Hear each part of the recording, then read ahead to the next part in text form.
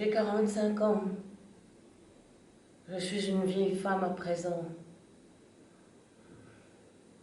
Je suis née ici et j'ai toujours vécu à Bethléem.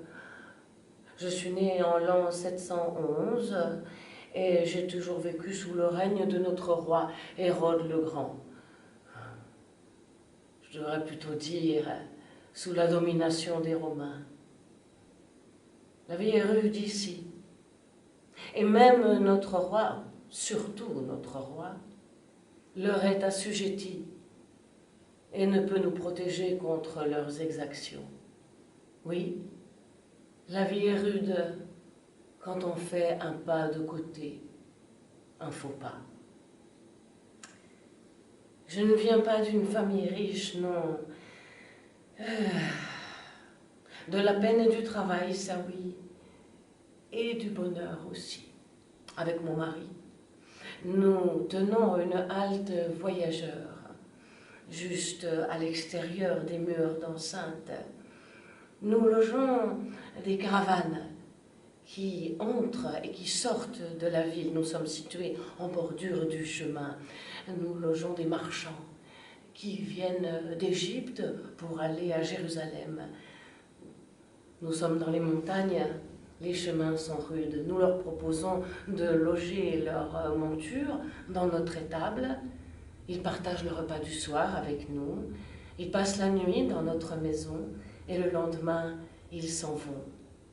J'aime ces rapports avec ces étrangers qui nous parlent de leur pays.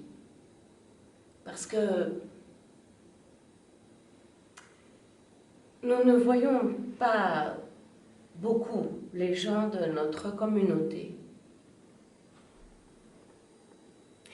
Je n'ai jamais pu avoir d'enfants. Je veux dire, nous n'avons jamais pu avoir d'enfants.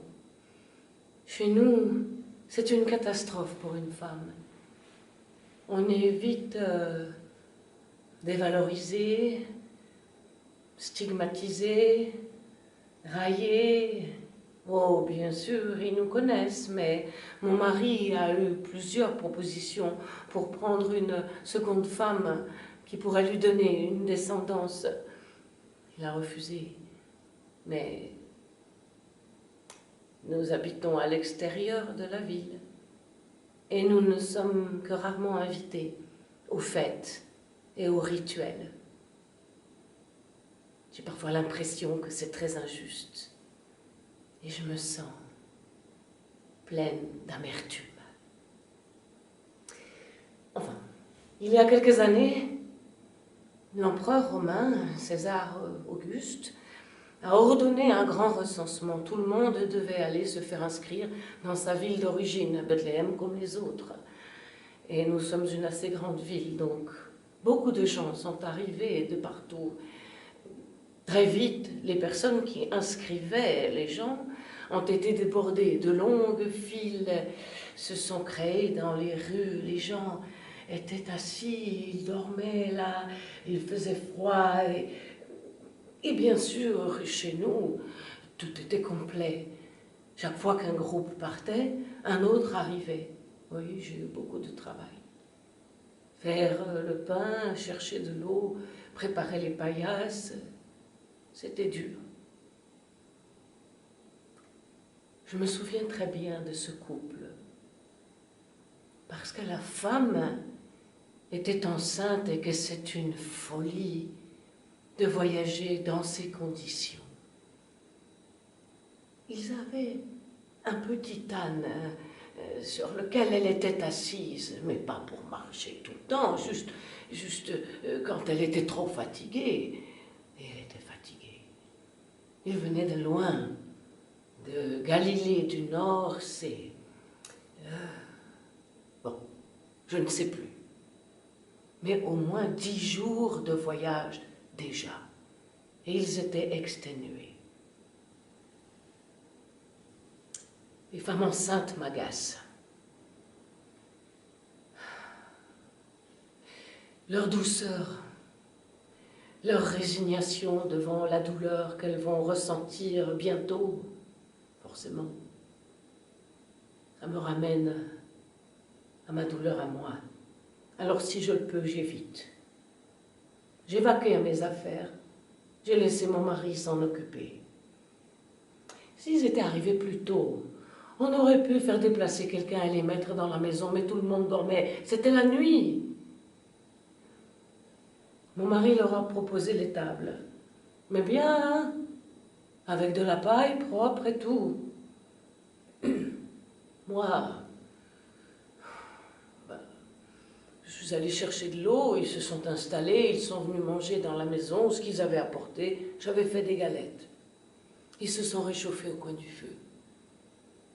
Et moi, j'ai observé la dame, de loin. Elle avait son visage tourné vers les flammes. Et tout à coup, comme si elle avait su que je la regardais, elle a tourné son visage vers moi. Et j'ai vu ses yeux. La confiance. Même pas peur. Ensuite, tout le monde est allé se coucher et tout était tranquille. Et puis dans le milieu de la nuit, l'homme est revenu. Il était complètement affolé. Il ne savait pas trop bien quoi faire, je dois dire. Et moi non plus. Le terme était arrivé, ça m'a mis dans une colère. Pourquoi est-ce que ça arrivait chez moi, ça? Pourquoi moi? Moi qui n'avais jamais assisté à un accouchement, qu'on n'était jamais venu chercher. Chez nous, les femmes accouchent seules, ou avec une sage-femme, mais des sages-femmes à l'extérieur de la ville, il n'y en a pas. Et moi, j'ai jamais vu un accouchement. Et si l'enfant allait mourir chez moi? Non. C'était insupportable. Alors j'ai laissé mon mari s'en occuper. Encore une fois, je suis allée chercher de l'eau et je l'ai fait chauffer, on ne sait jamais, histoire de faire quelque chose. Les hommes, ils n'ont pas fait de chichi, hein. Mon mari, il a installé la paille propre, un tissu. Lui, son mari, il s'est mis à prier. Alors mon mari aussi. Et moi, je restais là, les bras ballants. Je sais traire une chamelle, moi, mais pas accoucher une femme. Je lui ai demandé comment elle s'appelait. Marie, elle a dit. Et elle m'a demandé le petit tabouret. Eh bien, celui avec lequel entraient les animaux. Elle m'a demandé ça. Elle s'est accroupie dessus et elle a commencé à gémir. Ah mon Dieu, c'était horrible. Je ne pouvais plus entendre. Alors j'ai fermé les yeux. Ça a duré longtemps. Le temps était comme suspendu. Et puis tout à coup, il y a eu un gémissement. Mais c'était pas comme les cris de la femme. C'était comme un cri d'animal. Il était là, il était né, il était sous elle. Alors là, l'homme s'est précipité. Il avait l'air de savoir quoi faire. Il a sorti un couteau assez propre. Il a coupé le cordon. Il a mis l'enfant sur la femme. Marie, oui. Et moi, je me suis approchée comme ça. Et là, elle a pris l'enfant. Elle l'a regardé. Et tout à coup, comme ça, à l'air de rien, sans prévenir, elle me l'a posé dans les mains. Dans les mains.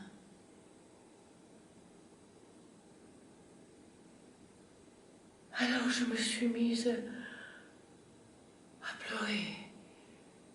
C'était toutes les larmes de ma vie. Et depuis mon enfance, depuis que j'étais petite fille et que je rêvais de jouer à la petite maman. Ensuite, quand j'ai été jeune fille, je me suis fiancée.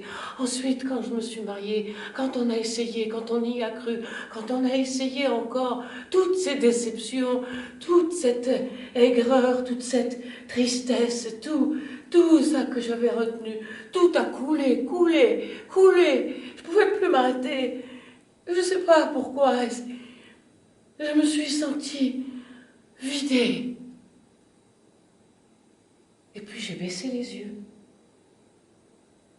Et je ne sais pas si c'est ce petit être si fragile que je tenais dans mes mains. Mais tout à coup, c'est autre chose qui s'est passé, quelque chose qui est monté. C'était comme comme une joie, comme de la tendresse tout à coup, comme quelque chose qu'on gagne, comme un silence qui ressemble peut-être à du bonheur. Et oui, peut-être de l'amour pour lui, mais peut-être aussi de l'amour pour moi, parce que cette femme, elle m'a donné son enfant, elle m'a regardé, elle m'a fait exister, elle a eu confiance, elle me l'a confié, elle m'a donné son nouveau-né. Alors je l'ai serré dans mes bras et j'ai senti sa chaleur, ça m'a irradié et tout à coup, j'ai très bien su comment faire. Mon mari m'a apporté une grande bassine de terre cuite avec de l'eau chaude dedans, pas trop chaude, hein. Et j'y ai plongé l'enfant pour le baigner. Moi, j'ai baigné le bébé. C'est moi qui lui ai fait son premier bain. Les bras, les petites mains, tout, j'ai tout touché. Et chaque gramme de cet enfant me donnait de l'amour et de la confiance. Après, tout a été très vite.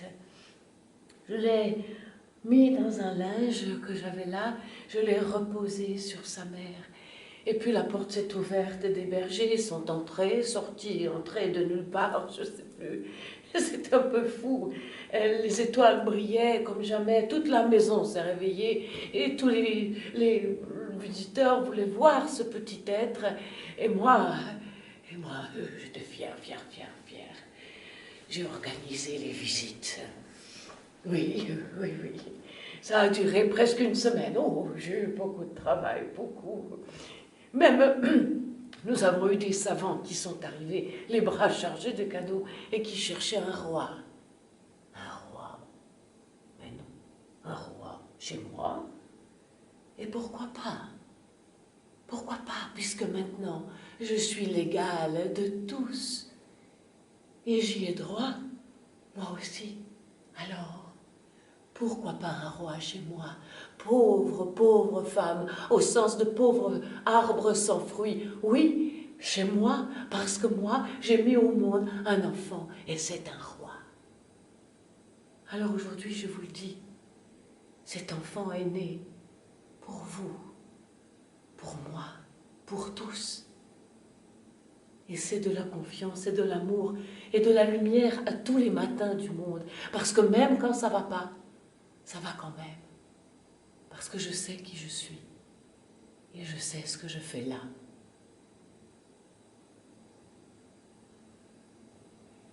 Joyeux Noël.